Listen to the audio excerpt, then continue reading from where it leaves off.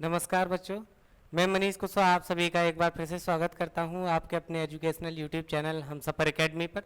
ये 5th semester के हम लोग 2 रिएक्शंस पढ़ चुके हैं, जिसमें हम लोगों ने फ्राइज रीअरेंजमेंट और पिनाकोलॉन रीअरेंजमेंट के बारे में पढ़ चुके हैं। अब आज हम लोग नेक्स्ट एक रीअरेंजमेंट के बारे में जानेंगे, जिसमें नाइट्रोजन से रिलेटेड होगा। ये आप लोगों ने पहले पढ़ा होगा बच्चों, R सिंगल बॉन्ड CONH2, इसको क्या कहा जाता है? एमाइड है। अगर यहाँ पर आप CH3 ग्रुप जोड़ देते हैं तो उसको एसिडामाइड बोला जाता है। तो आज का जो हम लोग लेक्चर करेंगे, जो रीअरेंजमेंट करेंगे, वो एमाइड जो है आपका वो एमीन में चेंज करने वाला होगा। वैसे तो हम लोग 3 रीअरेंजमेंट पढ़ते हैं जो एमाइड को एमीन में चेंज करते हैं, तो फिलहाल आज के लिए हम एक ही पढ़ेंगे जिसका नाम है हॉफमैन रीअरेंजमेंट। तो हॉफमैन रीअरेंजमेंट के अंदर क्या होगा, अपने पास एक जो एमाइड है और वो प्राइमरी एमीन में चेंज हो जाएगा, तो उसका नाम हॉफमैन रीअरेंजमेंट या हॉफमैन डिग्रेशन कहते हैं। तो आप इसको कैसे लिखेंगे, परिभाषित कैसे करेंगे कि एमाइड है, इस रिएक्शन को पहले लिख लेते हैं, फिर उसके बाद हम लोग भाषा समझेंगे। अगर आपके पास R single bond C double bond ONH2 है, आपके पास एमाइड है, इसको आप Br2 सॉल्यूशन के साथ बेसिक सॉल्यूशन लेते हैं। यदि आपने NaOH ले लिया है तो ये क्या है बच्चों, RNH2 यानी कि आपके प्राइमरी एमीन के अंदर चेंज हो जाता है, और इसके साथ साथ आपका निकलता है Na2CO3 प्लस 2NaBr और प्लस 2H2। तो ये आपका निकलता है। इस रिएक्शन को हॉफमैन रीअरेंजमेंट बोला जाता है या हॉफमैन डिग्रेशन भी कहता है। डिग्रेट हो जाना क्यों हो जाता है सर? इसमें क्या है, RCONH2 का जो एक C है वो यहाँ पर आप देख रहे हैं, वो डी कार्बोक्सिलेशन के थ्रू कार्बोनेट बन के निकल जाता है, इसलिए इस रिएक्शन का नाम हॉफमैन डिग्रेशन है। तो आप इसको लिखेंगे कैसे? एमाइड या amides with no substitutes, no substitute, ऐसा एमाइड हो जिसके पास कोई भी प्रतिस्थापी ना हो, जिसके साथ कुछ ना जुड़ा हो। Amides with the no substitutes reacts with nitrogen. किसके साथ रिएक्शन करें? नाइट्रोजन के साथ। और किसके नाइट्रोजन के साथ? इसके साथ। ठीक है, with the solution of bromine and chlorine, Br2 का या Cl2 का आप ले सकते हैं। और इसके साथ साथ आपने क्या लिया है? NaOH लिया है, यानी कि बेस लिया है। तो एमाइड आपके पास ऐसा हो जिसके पास कोई सब्स्टिट्यूट ना हो, वो रिएक्शन करे नाइट्रोजन के साथ, किसका? जिसकी जो सब्स्टिट्यूट है आपका, उसका नाइट्रोजन रिएक्ट करे किसके साथ? ब्रोमीन या क्लोरीन के साथ। यानी कि नाइट्रोजन जो होगा इसका एमाइड का, वो ब्रोमीन या क्लोरीन के साथ करेगा। प्रेजेंस किसकी होती? In the presence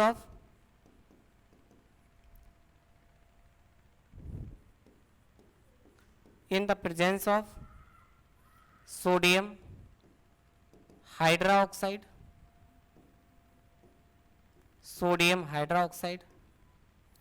gives amine through the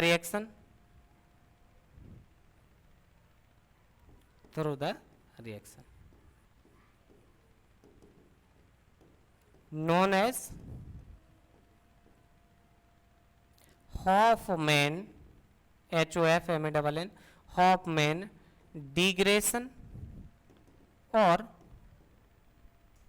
Hoffmann rearrangement. Hoffmann rearrangement, ठीक है, इसी को आप हॉफमैन डिग्रेशन कहते हैं या हॉफमैन रीअरेंजमेंट कहते हैं। क्या होगा इसमें? आपके पास एक एमाइड होगा, Br2 सॉल्यूशन के साथ बेस की प्रेजेंस में एमीन में चेंज हो जाता है, तो इसको हॉफमैन डिग्रेशन या हॉफमैन रीअरेंजमेंट कहते हैं। आइए इसकी मैकेनिज्म को समझते हैं, क्या होता है इसके अंदर, कैसे ये इसके अंदर चेंज हो जाता है एमाइड एमीन के अंदर। मैकेनिज्म क्या होती है बच्चों? किसी भी रासायनिक अभिक्रिया के बेपद जिनमें पुराने बंध के टूटने, नए बंध के बनने तथा मध्यवर्ती यानी कि स्पीसीज जो बनती है आपका इंटरमीडिएट, उसके बनने को जिसमें दर्शाया जाता है उसका नाम क्या होता है? Mechanism.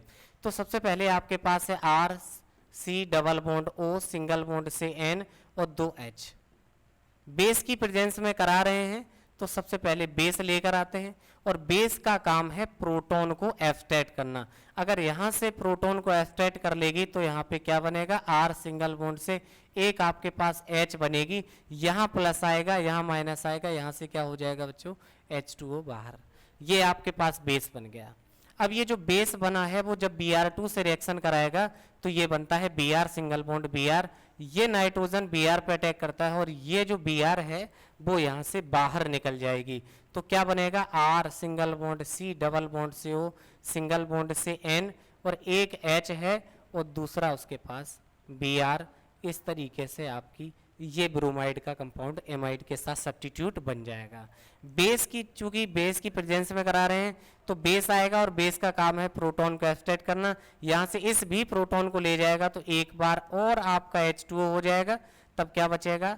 R single bond C double bond O single bond से N है और H जब चला जाएगा तो उस पर आ जाएगा माइनस और सिंगल बॉन्ड से बना हुआ है Br। इस तरीके से माइनस का। अब यहाँ पर ये इंट्रामोलिकुलर रीअरेंजमेंट होगा। इंट्रामोलिकुलर रीअरेंजमेंट होगा या इंट्रामोलिकुलर 1,2 शिफ्ट कह दीजिए, क्योंकि ये नेगेटिव है यहाँ पर। अब क्या होगा? इस नेगेटिव के कारण ये रिपल्सन करेगा और यहाँ से H जो R है वो इस जगह पे चली जाएगी।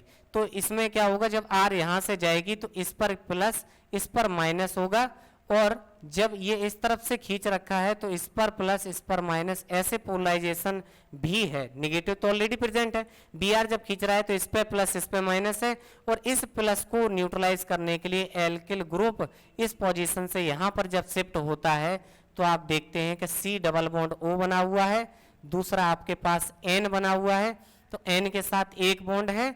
तब ये क्या होगा? जब N के साथ R आएगी तब आप देखिएगा ये आपके पास R प्रेजेंट है इस जगह पे और C और R का बॉन्ड टूटेगा तो उसको हम डॉट डॉट से ऐसे दिखा देंगे। R और N का बॉन्ड बनेगा तो डॉट डॉट करके यहाँ पर हम इसको इस तरीके से दिखा देंगे, डॉट डॉट करके। लीजिए, इस तरीके से बन गया। इनके बीच प्लस माइनस के बीच में एक बॉन्ड बनेगा तो डॉट डॉट करके यहाँ पे प्रदर्शित कर दिया जाएगा और इसके साथ क्या है? यहाँ से Br क्या हो गई? बाहर हो गई। तो ये आपके पास एक इंटरमीडिएट बना। अब इसको कैसे लिख सकते हैं? ये बॉन्ड R और C का टूट गया है, इसके बीच बन गया है, तो हम लिखेंगे R single bond N double bond C और डबल बॉन्ड से O। इस तरीके से साइनेट आपका बनकर तैयार होता है। तो यहाँ पर फिर से बेस क्या है? क्योंकि आपने 4 NaOH लिए थे तो बेस एक बार फिर से अटैक करेगा इस कार्बन पर, जिससे क्या होगा? बॉन्ड ब्रेकिंग इस तरफ को जब हो जाएगी तब आप लिखेंगे R सिंगल बॉन्ड से N और जब यहाँ से बॉन्ड टूटेगा तो ये सिंगल हो जाएगा, इसके पास आ जाएगी OH, O के पास माइनस डबल बॉन्ड से O। फिर क्या होगा बच्चों? इसके पास नेगेटिव है तो ये H जो है कहाँ चली जाएगी? इसके ऊपर।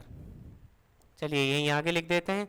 तब आप लिखेंगे R सिंगल बॉन्ड से N, इसी के पास आ गया H, C सिंगल बॉन्ड से O नेगेटिव और डबल बॉन्ड से O पॉजिटिव। इसके पास एक क्या है? Lone pair. यहाँ पर O नेगेटिव हो गई। चूंकि रिएक्शन करा रहे हैं इसी में क्या है? आगे H2O भी निकला है तो H2O को लिखेंगे H सिंगल बॉन्ड OH, जिसमें H पर पॉजिटिव है, OH पर क्या है? नेगेटिव है। तो यहाँ पर क्या होता है? ये लोन पेयर इस H को अटैच करता है और OH को क्या कर देता है? बाहर।